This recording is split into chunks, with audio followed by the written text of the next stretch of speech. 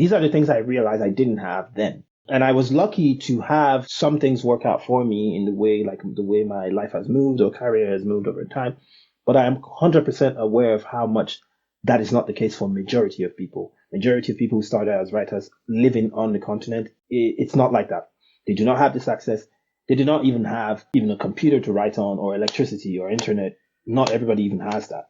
And I started this because a friend of mine she's a friend now, but back then when I was living in Nigeria, she actually did this. She was living in the UK. I think she's still living in the UK now. And every year she would just give out like a few £100s to somebody living on the continent who can demonstrate that they're taking their writing career seriously. They're writing stuff. They're trying to get stuff published. And people would apply and she would just give them money. And initially I thought, oh, maybe she has there's some sort of fund for it. No, she just gave them money from her paycheck because she was just like, well, she explained the story to me much later. But I remember applying for this thing and get this, I applied for it. I got just a bursary of sorts at the time. She paid out the money. It's really just her and her friends.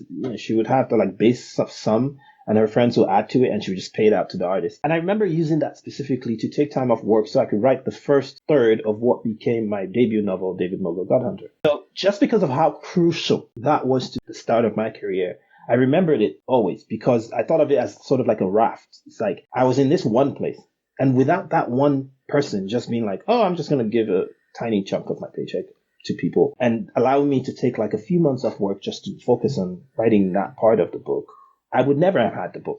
I may never have had the book. Literally the start of my career just came from someone saying, I can give up a part of myself. So that's what really pushed me. I was like, maybe I can be that raft for somebody else because I can afford to. Right now, I'm still looking for sponsors. So if you're listening, if you want to sponsor something, do it. Reach out to us. But currently I fund this on my own because I think it's something I can afford to fund. And if I'm going to put my money in my mouth somewhere, I'd rather put it in a place that I understand what the needs are. But yeah, that's the fellowship in a nutshell.